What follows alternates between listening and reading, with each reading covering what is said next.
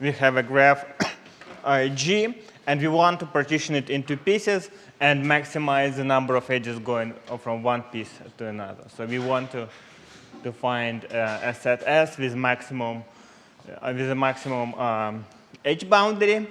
And as I mentioned last time, so the linear program for this problem is really weak. So it gives just 2 approximation, and 2 approximation is trivial just because if we pick a random cut, it will be a 2 approximation to the optimal solution, as well as just greedy algorithm also gives the 2 approximation. And so what we can do instead, we can look at a semi-definite program. And so a semi-definite program well models various quadratic problems, and I'll talk about it later. And so somehow a natural thing is to think about max cut problem as let's try to assign vertices to unit sphere. So what we really want to do, we want to sort of assign to one pieces of the cut +1, and to other one -1. And then it is easy to write the objective function. So an edge is cut if vi minus vj squared is equal to 4. Right? So and the edge is not cut, the edge ij is not cut if vi minus vj equal to 0 and vi minus vj squared equal to 0. So this is sort of the objective function that measures the size of the cut precisely. So this one, if we can somehow enforce that all vi and vj's are equal to ±1, unfortunately, this is not really possible. So that problem would be exactly equivalent to the max cut problem, so we can't really solve it. So, but it turns out that if we just require that vi and vj's, instead of taking real values or ±1 values, take some values in a high dimensional space, if there are unit vectors in high dimensional space, this problem, SDP problem, can be solved. And so maybe I'll tell you a little bit about it. I don't want to go into the details, but why? So why this problem is convex? So what we really solve? We really have a matrix, sort of which called gram matrix for these vectors vij. So we have a matrix consistent, let's say, of y's, y1, y12, yy, and here. Matrix like this. And these elements of the matrix are the real variables in our program. And sort of what we want is that this matrix is positive semi-definite. So, and if this matrix is positive semi-definite, sort of if and only if, it can be represented in the form yi j is equal to the dot product of some 2 vectors vi and vj, or scalar product of these 2 vectors vi and vj. This is if and only if condition. So, and then the expression in here in the objective function can really be rewritten. So what we have here is, if we open up the brackets, we'll get it's vi squared plus vj squared minus 2 product of vi and vj. And we know that these are unit vectors, so we'll get 2 minus 2 products of vi and vj, and this is yij. So this is the real program we have. So the constraint, and this constraint that vi squared is equal to 1 is really the constraint that the diagonal entries in this positive semi-definite matrix are equal to 1. So these guys are equal to 1. And we can express everything in terms of this matrix. And it turns out that even though this constraint is not, it can't be added to a linear program, that the matrix is positive semi-definite. Somehow this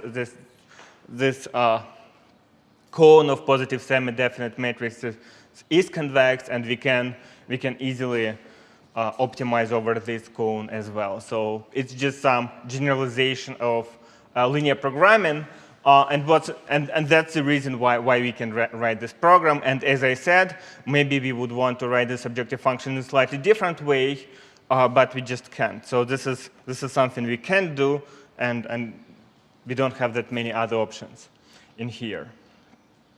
But the most natural way of thinking of semi-definite programming is not to think about this positive semi-definite matrices, but rather in this vector form, because we know that these two ways are equivalent. So again, in the semi-definite program, we can essentially write any conditions on dot products of vectors. So these are basic elements of the semi-definite program. And so, and this condition that all vectors are unit vectors just say that the dot product of vi and vi itself is equal to 1. So once we solve the linear program, of course we get a solution which is probably very different from what we expect. So we really wanted all vectors to be either plus or minus 1, but in reality we get vectors lying like looking at all possible directions. So how to convert this set of vectors into a real solution? And the answer given by Gomez and Williamson is very simple. So we just, let's pick a random hyperplane. Let's take a random hyperplane like this. And this random hyperplane partitions our sphere into pieces, right? And we will, so if a vector lies in one piece, then the corresponding vertex lies in that piece. And if a vector lies in a different piece, then the vertex lies in a different piece. So this clearly gives us a partitioning of the graph into two pieces. The algorithm is clear, no questions. And so the only question is how good this approximation is, so in expectation. What's the expected size of the cut? So we're interested in the expected size of the cut, so expected. So this is for expectations, it's the number of edges going from S to S complement.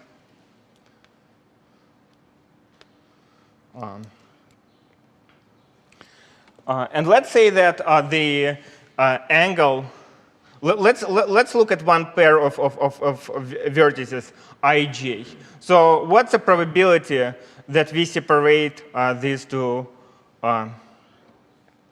guys? So we have some unit vector vi for vertex I and some other unit vector vj for vertex j. So what's the probability that we separate these two vertices? So they lie in general in high dimensional space, but obviously if you look only at these two vectors, they lie in a subspace of dimension 2, in just a regular plane. And because of the symmetry, so that random hyperplane that we pick in n-dimensional space, it intersects our two-dimensional plane just by a line. So essentially, and this line is uniformly distributed. It goes through the region, right? But otherwise, it's just a random line going through the region, just from the symmetry, right? So if it goes like this, it separates these two vertices. If it goes like this, it doesn't separate the vertices, right? Then they lie in the same part, okay? And now, what's the probability that it separates these two vertices? Let's denote the angle between these two vectors vi and vj by alpha ij. And then clearly, the probability that I and j are separated is exactly equal to this angle alpha ij over pi, right? So here is what are the options. So if this line goes somewhere here, then it's It doesn't, so it separates Vi and Vj, and if it goes somewhere in here, then it doesn't. So the total angle here is pi, and this angle is alpha ij. So this is the probability that I and j are separated.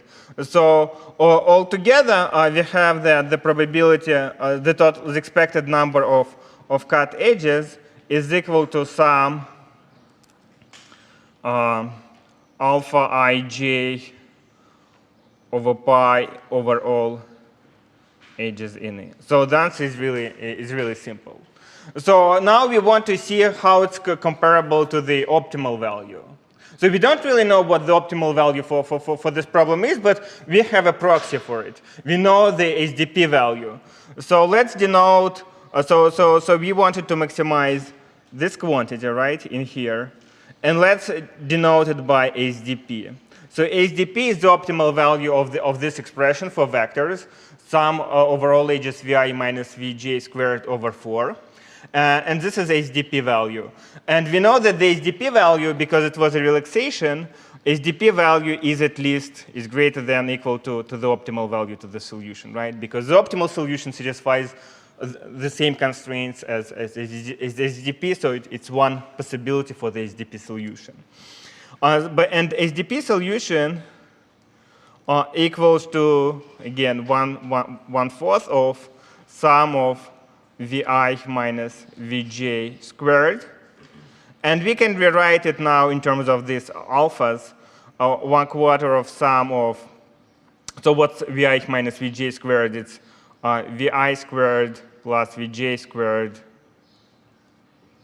minus 2 product Vi Vj. So these are unit vectors, so this is 1 and this is 1, and we get 1/4 of summation over all edges 2 minus 2 dot product of Vi Vj, and the dot product of Vi and Vj again, because these are unit vectors, just equal to the cosine of the angle between them. So we get summation over all edges 1 minus cosine alpha ij over 2. And this is a good expression for us. Or we can maybe rewrite it as a summation of over all edges ij in E sine squared of alpha ij over 2. And that's really what we want. So we have two expressions. Now somehow we now want to compare this expression with this expression. So we want to show that what we want to show is that for some approximation factor A, expected value of the size of the cut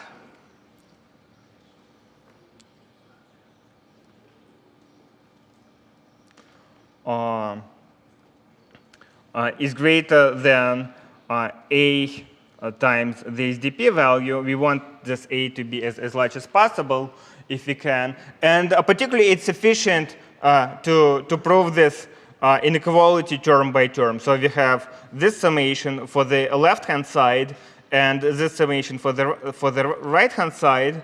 So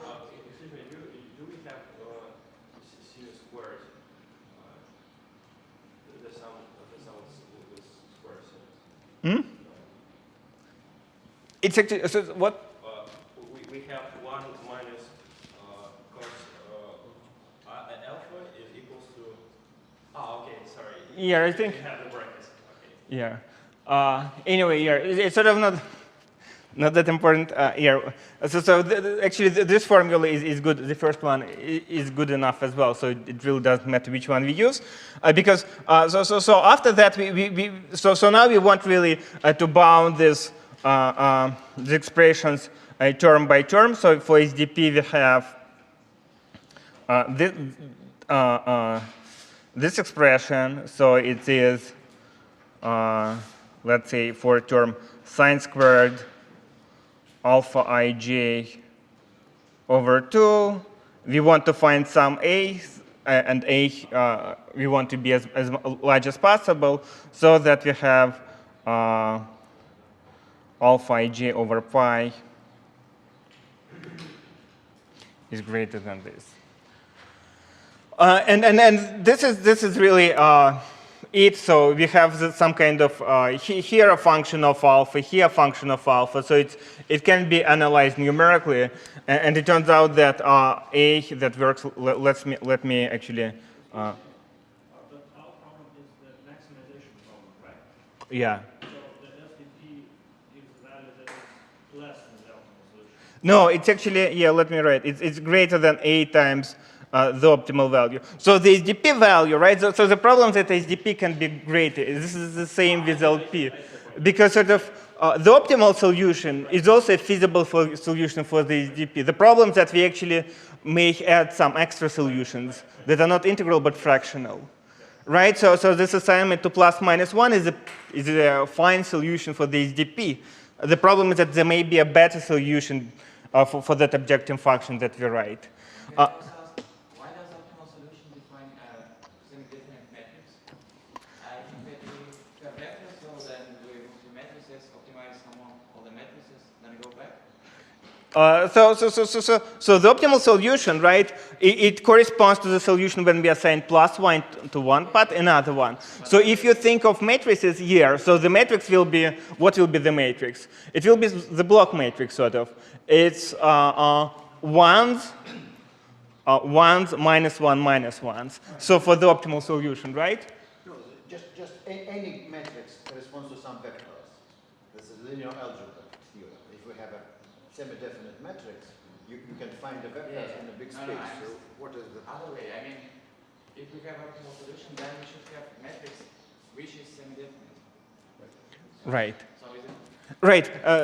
Let me clarify this. If you have a solution, so suppose that this is a matrix. So the PhD matrix look like this, right? So let's say I rearranged columns and the columns and the rows of the matrix. So this is a set S. This is a set S complement, right? This is a set S. This is a set S complement. So what I'll have here? On the diagonal, I know that I have ones. So this tells that the vectors are unit vectors. Then everywhere in here, I have 1 because I assigned vector 1 to all elements in S. And so their product is also 1. As well as I have 1 here, because if I take 2 vertices in S complement, their value is minus 1 of both of them, and their product, their dot product, which is the same as a product in this case, is also 1. And I have minus 1s here and minus 1s here. So this matrix is positive semi-definite. But this is, again, if and only if conditions with respect to vectors. If you take the Gram matrix of any set of vectors, it is positive semi-definite, and the other way around. If you take any Gram matrix, it can be represented as if you take any positive semi-definite matrix, it can be represented as a Gram matrix of some collection of vectors. And pretty much unique set of vectors up to rotations. So let me erase this. And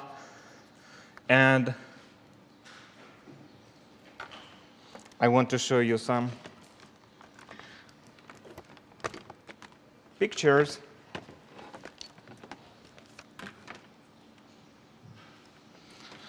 So this is sort of the plot of this function, right? So we can look at the function alpha ij over pi divided by sine square of alpha ij over 2 and see what's the minimum of that function. And there is no real good closed form expression, so the only thing is to optimize. And particularly, let me go back. So it's clear that if alpha is very small, then we're in a very good shape. So on the left-hand side, we have alpha. On the right-hand side, we have something of the form almost alpha squared. So So the left-hand side is much greater than the right-hand side, but then the function declines, and it looks really like this. I hope you can see it on the screen. And so the minimum is attained somewhere in here. And if we do a numerical optimization, we find that value. It is 0.8785.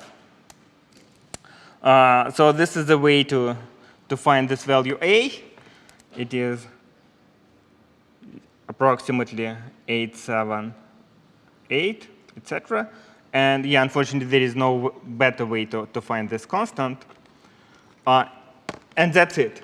So this is really the algorithm. So we know term by term that if an edge had some contribution to the objective value of the SDP, then with the corresponding probability, these two guys are separated. So this is the end of the algorithm. Again, so the algorithm is very simple. So we solve the semi-definite program, obtain a collection of vectors, take a random hyperplane, and partition all vertices according to that random hyperplane. And the approximation ratio we get is 0.878. So it turns out that this is not just a nice algorithm, but most likely under some very believable conjectures, or somewhat believable, called the Unique Games Conjecture, this result is optimal. So no, it seems that no polynomial algorithm can do better than this algorithm. This is a much deeper result, and I won't be able to tell you about it today. But let's now look at this problem again, and maybe if you have questions, ask me. What did we do? So we really expressed this problem as some integer quadratic optimization problem. So what we did, we wrote it in the form xi minus xj squared. We wanted to maximize xi minus xj squared under the condition that xi is plus minus 1. And only for, sorry, we sum over all edges. And the condition was that every entry xi is plus minus 1. So it turns out that this quadratic optimization. Oh, yeah, thank you. Yeah. It turns out this quadratic optimization problem is useful in general. So this is, of course, a very specific program. So by the way, this quadratic form is called Laplacian of the graph G.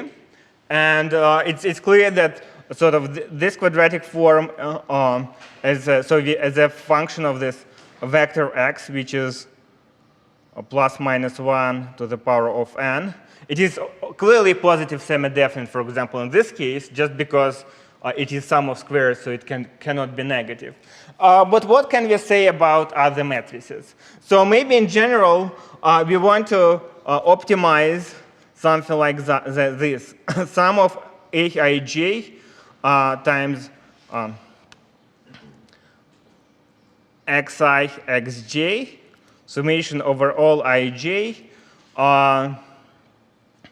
and maximum again over xi's that are plus minus 1. So can we use semi-definite programming for this problem? And it turns out that this problem has many applications. Again, one application we just saw now, max cut. But can we say something about this more general problem? This problem seems to be a very nice fit for semi-definite programming, because as we've seen before, it's really easy to write relaxation for this problem. The relaxation is, again, so we want to replace every xi with a unit vector in a high-dimensional space vi. And again, the intended solution would be that the vi takes plus and minus 1 values. So the SDP really value is maximum of vi being just unit vector in some dimensional space, summation over ij, aij, xi, xj. And before proceed, let's look at this probably a little bit more. And somehow the diagonal entries of this matrix are particularly important for us. At least we need to make some observations about them. So if we look at entries, diagonal entries, A, I, they always contribute, so every diagonal entry contributes its value to the summation, right? Because xi times xi is always equal 1, no matter whether xi is plus 1 or minus 1. Because of this problem is extremely hard. It's easy to see that this problem is extremely hard if aij's can be arbitrary, if particularly diagonal entries can be arbitrary. So the problem doesn't admit any approximation. And so why? Because we can, so suppose if we could test whether this maximum is greater than some small t for every t, then obviously using some binary search, we would be able to find almost exactly this value. And this problem is known to be NP hard. It doesn't be very good approximation. So we can't find the exact value for this matrix. And now how to test this? Suppose we have an algorithm with some approximation factor, no matter what approximation factor it is. So how to test whether this maximum is greater than t?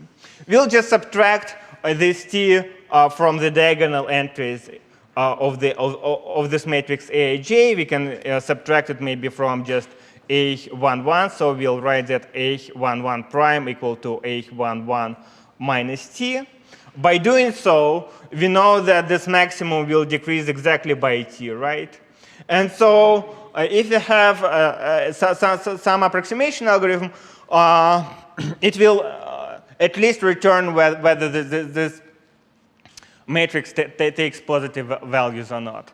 And because of this problem, it's natural to assume that the trace of the matrix A is always non-negative. And so this is the assumption we are going to make. And moreover, it's convenient. It really doesn't matter how we distribute the entries on the diagonal. So again, trace of the matrix is obviously the sum of the elements on the diagonal. So moreover, let's even assume that all the diagonal entries are also non-negative. Obviously, we can just change the matrix. And finally, we assume that this matrix is symmetric.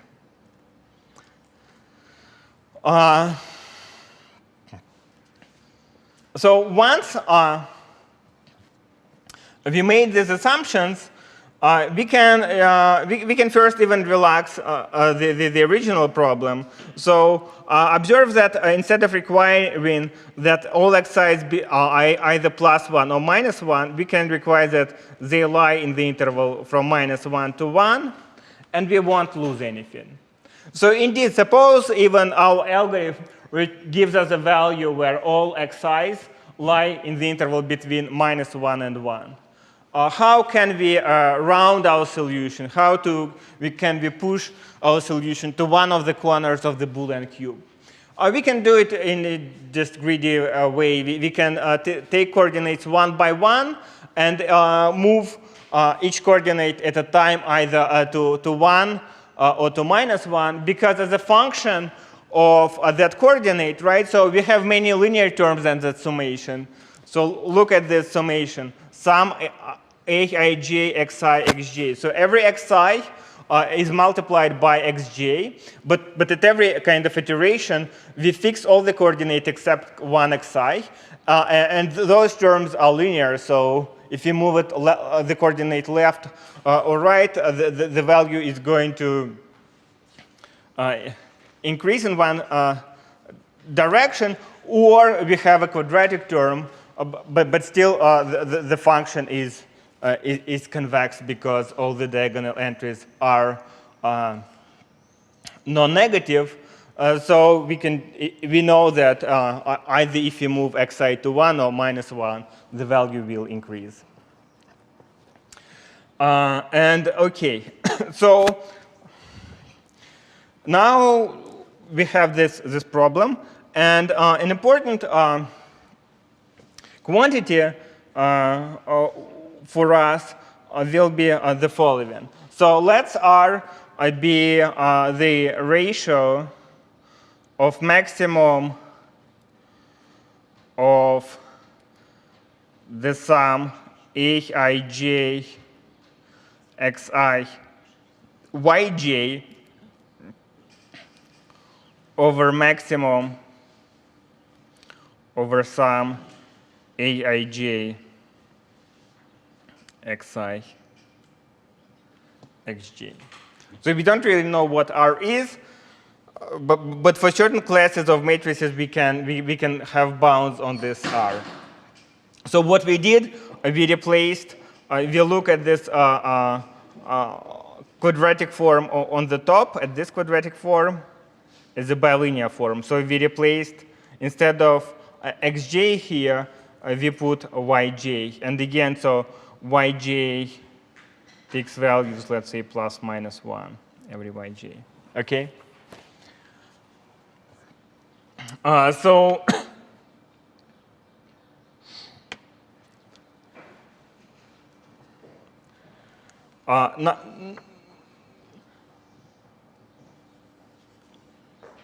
and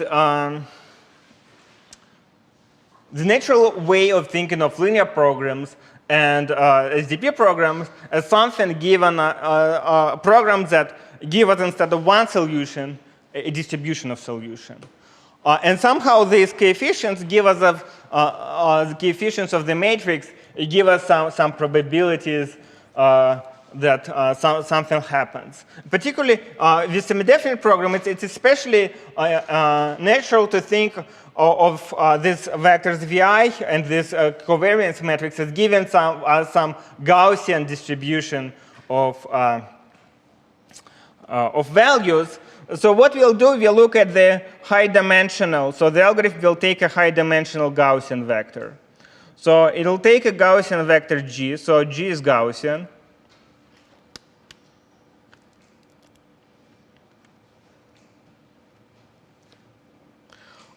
It's in normal distribution, this is identity covariance matrix, in n-dimensional space.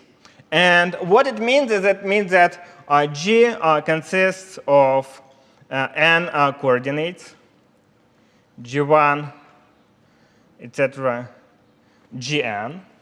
And each coordinate of this Gaussian vector is a normal 0, 1 distribution. So sorry, distributed as normal distribution with expectation 0 and variance 1.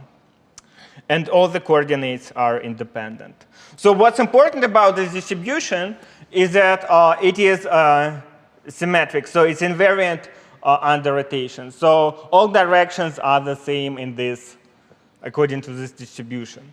And particularly, if we take some unit vector v, suppose that v is unit vector. So what can we say about the product of this Gaussian vector, scalar product, and this vector v? So how is it distributed? Any?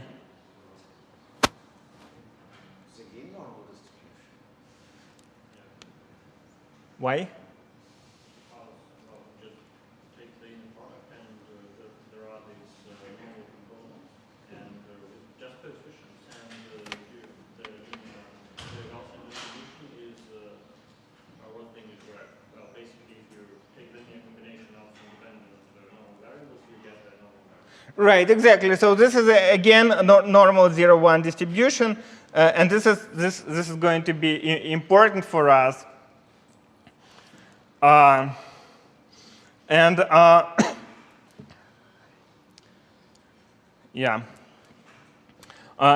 And exactly, we can derive it like this. Again, if we know that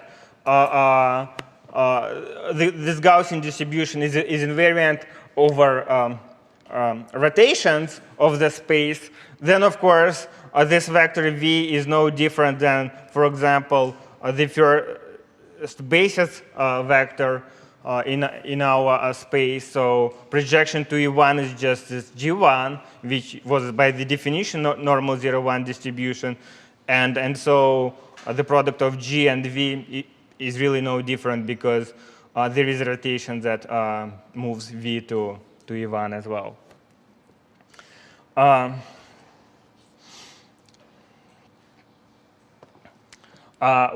Now, what if we have two vectors, U, which is orthogonal to V? And then let's look at the expected value, or maybe let's first look at these two Gaussian, as we know, are now variables, the product of G and V, and the product of G and U. So what can we say about these two variables? We know that U and V are orthogonal, and we look at the projection of V to projection of the Gaussian vector to V and the projection of G to U. Can we say anything about these two variables? They're independent. Hmm? Why? Just relocate the correlation of these vectors, of these random variables, and it's simple that the zero. Okay, right. The independent. Just like G1, G2. Right, and again, there are various ways of doing it. If you kind of believe that the distribution is rotational invariant, then obviously there is a rotation that moves U to the first coordinate vector and V to the second, so there is no difference between these two guys, these two scalar products, and G1 and G2, so the first and the second coordinate of G, which are independent by the definition. And particularly what we have is that the expected value of the product of GV and GU is equal to 0. The expected value of GV and GV itself is equal to 1.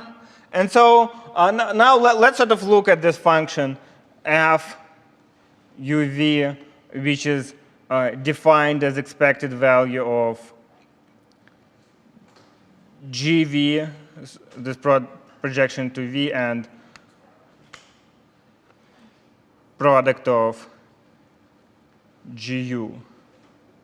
So if we know that f UU for every unit vector U is 1, and f UV is 0 for if U and V are orthogonal, it is also easy to verify, right, that this function is bilinear. So if you multiply, for example, if you extend this function f from unit vectors to arbitrary vectors, if you multiply the vector u by some lambda, then the whole expectation will multiply by the same lambda.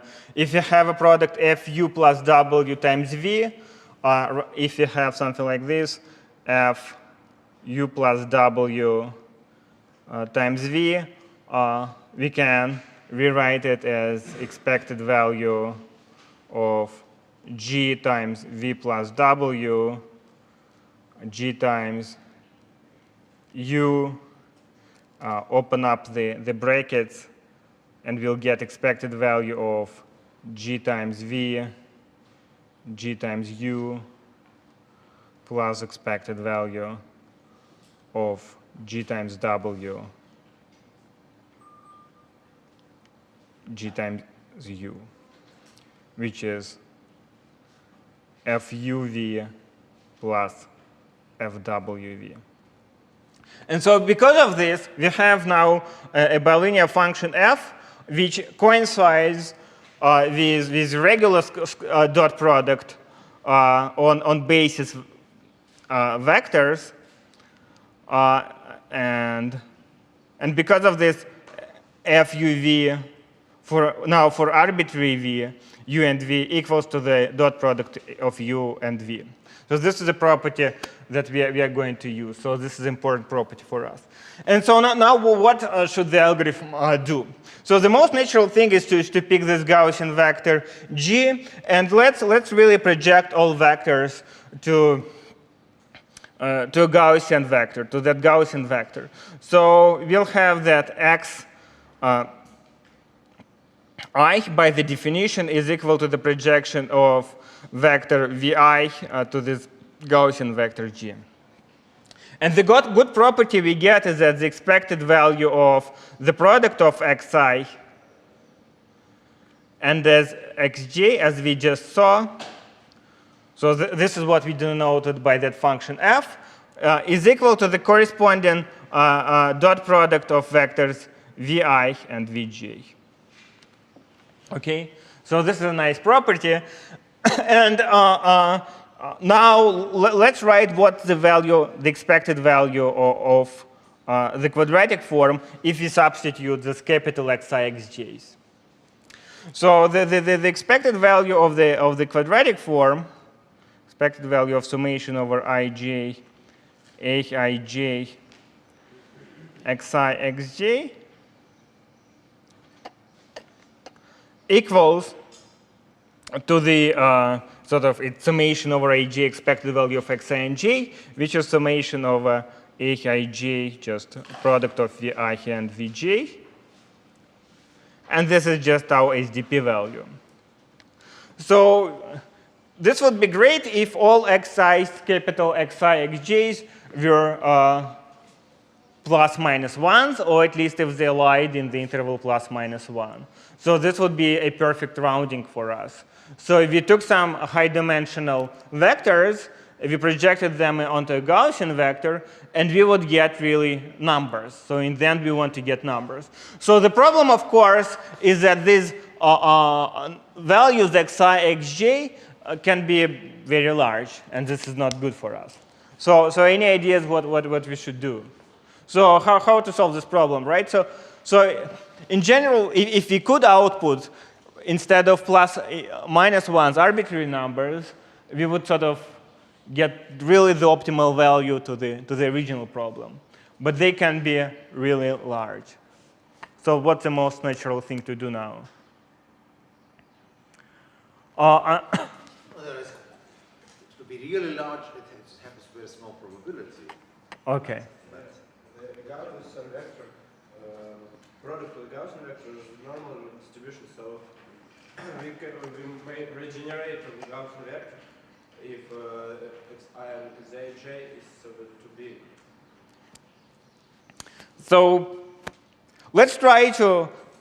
So the idea is that, yeah, because it's Gaussian, these vectors xi and xj are Gaussian 0, 1, distributed as Gaussian 0, 1 random variables.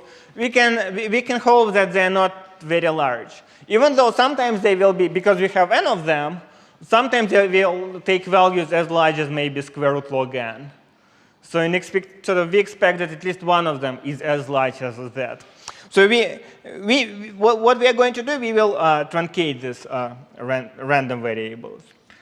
So let's introduce new variable yi,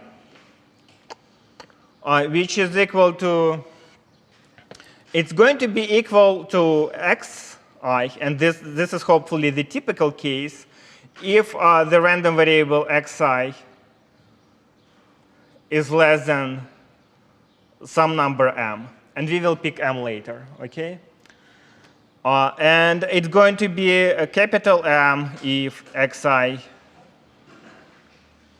is greater than m, and minus m if xi is less than minus m. And so now already yi's are bounded. And if yi's are bounded, we are sort of in a good shape. So if they were bounded in the interval from -1 to 1, we would be done, because as we've seen, it's sufficiently to find some values from -1 to 1, and then we can one by one round every coordinates either to plus or -1. And they're not in that interval, but still then we can divide every yi by m, and they are going to be in that interval, but of course we will lose something. And let's denote by zi the remainder. So zi is really yi, sorry, xi minus yi. And let's see what we have now. So we do know that this HDP value is exactly equal to the summation of aij in expectation of xi xj, right? So this is something we just see. So now let's rewrite this in terms of our yi's and zi's. So we get expected value of summation over ij, aij, and here we have yi plus zi and yj plus zj. That's what we have. And from this equality, so what we're really interested in this, what happens if you replace xi's with yi and yj's? So let's see what happens with summation of expected value summation of aij, yi, yj. So it is equal to the summation first to this term. We'll have term like this. And this term let's replace right away by HDP, right? So we know that this is HDP value. That's a good news for us. But of course, we will have some other terms. So minus expected value of summation over ij of aij, yi, zj. And we will have a symmetric term. So let me just put 2 here. And plus summation of aij, again, expectation,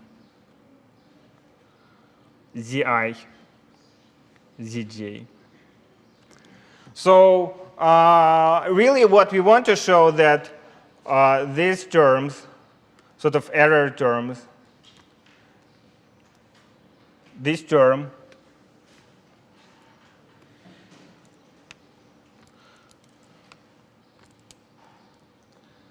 and this term are small.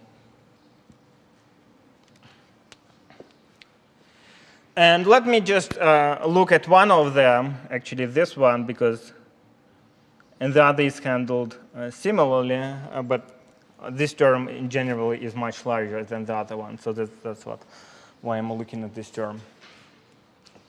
So we want to show that this term is less than maybe HDP over 10. So if you show that this term is sufficiently small, and the other term and this term is sufficiently small, then we'll get that this term is approximately equal to HDP value. So I won't care about exact constants. So we don't really care about what constants we get in the approximation ratio. Why do we end the last term?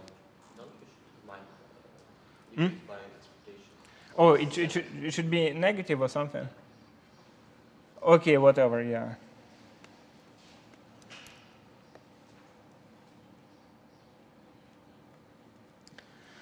Yeah, but anyway, we need to show that these terms are small. So, and we look at this term, and this sum aij, yi, zj.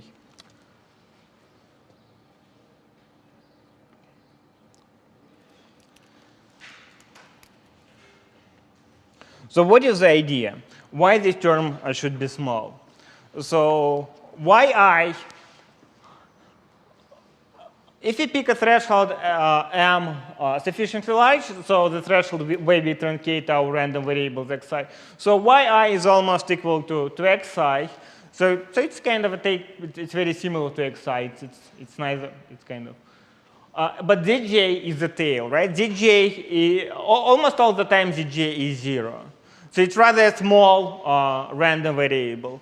So we hope that this term is small because zj is mostly likely equal to 0. Still, if we want to get bounds, we can just argue that zj is small, so we should be a little bit careful. So let's look at we want really to look at sort of length of the vector zj. What do I mean by the length of the vector zj? So it's convenient to think of random variables as vectors. So random variables have many properties that are very similar to vectors, and they form a Hilbert space. So we can define dot products of random variables as well. So if you look at to random variables yi and zj in this case, then the dot product of yi and zj is just sort of by the definition equal to the expected value of yi times zj. And this is a so indeed random variables form a vector space, and this is a valid definition of dot product, which satisfies all the regular properties of dot product. And it turns out that this is a Hilbert space, and somehow all Hilbert spaces are created equal, and all of them are isometric. So if you have some vectors, some random variables with some maybe covariance matrix, then there exists the same set of vectors with the same covariance matrix, which means that there exists a set of vectors with the same dot products.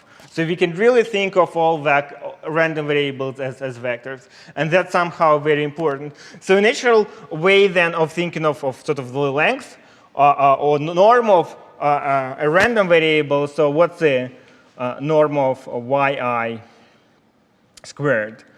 The norm of this random variable is just expected, it's just the second moment, so it's expected square of yi, and it is, okay, it is less than 1, right? So because we had a normal random variable, and then sometimes we replaced its value by something slightly less. So the second norm, the second moment can only decrease. So what can we say about the norm second moment of zj squared? So by the definition, it's expected value of zj squared. And of course, this expression can really be computed, because we know that we had a 0, 1 normal random variable, and then we truncated it at a certain level m. So, okay, by the definition, so this value is integral from, let's say, 0 to infinity.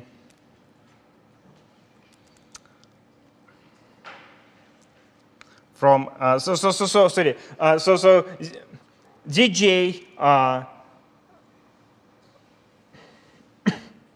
right. It's from, let's see,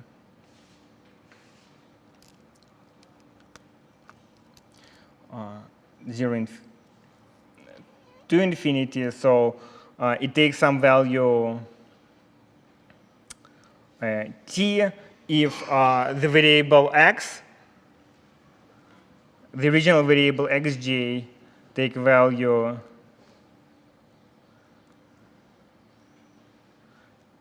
m plus t squared over 2, right? So